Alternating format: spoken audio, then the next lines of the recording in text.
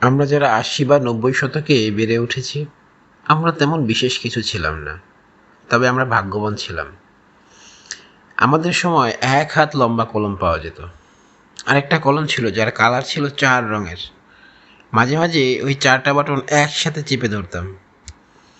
আমরা দরজার পিছনে লুকিয়ে থাকতাম। কেউ এলে তাকে ভয় পাইয়ে দেবে বলে। আর কেউ আসতে দেরি হলে নিজেরাই অধৈর্য হয়ে বেরিয়ে আসতাম। রাতের বেলা হাঁটার সময় আমরা ভাবতাম আমরা যেদিকে যাচ্ছি চাঁদও আমাদের সাথে সেই দিকেই যাচ্ছে। আসলে এটা ছিল আমাদের কল্পনা, আসলে এটাই ছিল আমাদের সোনালি শৈশব। আমরা স্কুলে যেতাম সব বন্ধুরা একসাথে। আমরা ক্লাসে কলম খেলতাম, ক্লাসে চোর ডাকাত পুলিশ খেলতাম। সব বন্ধুরা মিলে বিভিন্ন জায়গায় গাছের আম, জাম, লিচু চুরি করে খেতাম। তাহলে এগুলোর ভিতরে একটা আনন্দ ছিল, এগুলোর ভিতরে একটা অন্যরকম ভালো লাগা ছিল আমাদের।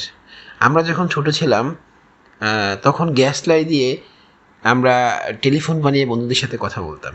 বা আমরা যখন ছোট ছিলাম তখন আমরা দেশলাইয়ের বক্স দিয়ে চারা দিয়ে তাস খেলতাম। আমরা তখন সবাই একসাথে পুকুরে গোসল করতাম। সারা দিন স্কুল ছুটি হওয়ার পরে এসে মানে এত সময় গোসল করতাম যে বাসার মানুষ এসে আমাদেরকে মানে মায়ের দিয়ে তারপর পুকুর থেকে উঠাইতো। আসলে সেই অতীত এখনকার বাচ্চারা কি বোঝে? এখনকার বাচ্চাদের অতীত তো মোবাইলের ভিতরে। আমরা কাগজ দিয়ে উড়োজাহাজ বানাতাম, আমরা কাগজ দিয়ে উড়োজাহাজ বানায়া সেগুলো আবার আকাশে উড়াতাম। আর যদি কোনোভাবে একটা উড়োজাহাজ আকাশ দিয়ে যাইতেছে শুনতাম, সবাই একসাথে ঘর থেকে বের হয়ে যেতাম। সবাই একসাথে ঘর থেকে বের হয়ে আকাশের দিকে তাকিয়ে থাকতাম।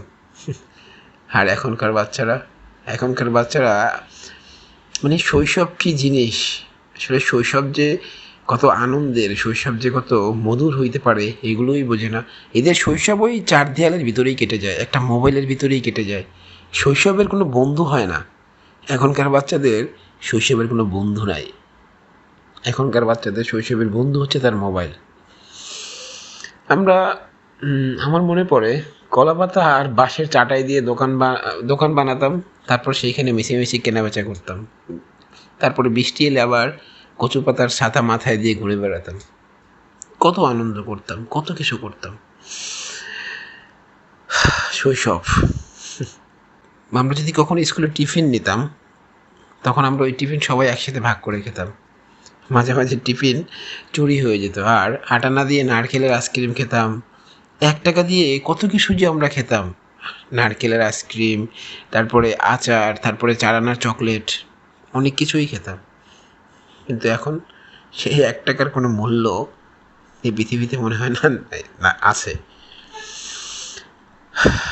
কী বলব, শৈশব নিয়ে আসলে বলতে গেলে খারাপ লাগে। শৈশবগুলো মনে পড়ে আসলে, শৈশবের সেই দিনগুলোর কথা মনে পড়ে। আমরা স্কুল ছুটি হলে সব বন্ধুরা একসাথে বাসায় যেতাম। সব বন্ধুরা একসাথে বই, আমার মনে পড়ে আমি আমার জামার পিছনে বই ভরে তারপরে বাইরে নিতাম। তারপরে দৌড়ে দৌড়ে বাসায় যেতাম, তাড়াতাড়ি বাসায় যেতাম। বাসায় যেয়ে কী করতাম, যাদের বাড়িতে টিভি আছে তাদের বাড়িতে গিয়ে মিনার কার্টুন দেখতাম, টম অ্যান্ড জেরি দেখতাম। আর স্কুল ছুটির দিন, যেদিন শুক্রবার থাকতো সেদিন আমরা বিটিভিতে সিনেমা দেখতাম, হই হুল্লো করে সবাই একসাথে। মাঝে মাঝে আমার মনে হয় টেলিভিশনের ছবি ভালো আসার জন্য আমরা কী করতাম, এন্টেন ঘুরাতাম, এদিক ওদিকে ঘুরাতাম, কত কিছু করতাম। সন্ধ্যার পর আলিফ লায়লা, সিন্দাবাদ, তারপরে রবিনহুড, মিস্টার বিন, কত কিছু দেখতাম। পুরো সপ্তাহে কত প্রোগ্রাম, কত প্ল্যান, কত কিছু। তারপরে আরও অনেক কিছু করতাম। ফলের বিচি খেলে পেটের ভিতরে গাছ হতে পারে এই দুশ্চিন্তা। তারপরে একজনের মাথার সাথে আরেকজনের মাথা ধাক্কা লাগলে শিং গজাতে পারে, সেই ভয়ে আরেকটা ধাক্কা দিতাম। কেউ বসে থাকলে তার মাথার উপর দিয়ে লাফ দিয়ে যেতাম, আর লম্বা হতে পারবে না সেটা ভেবে তাকে এই কটূক্তি করতাম। কত আনন্দ করতাম, কত কিছু করতাম। তারপরে বিকেলবেলা আমরা বিকেলবেলা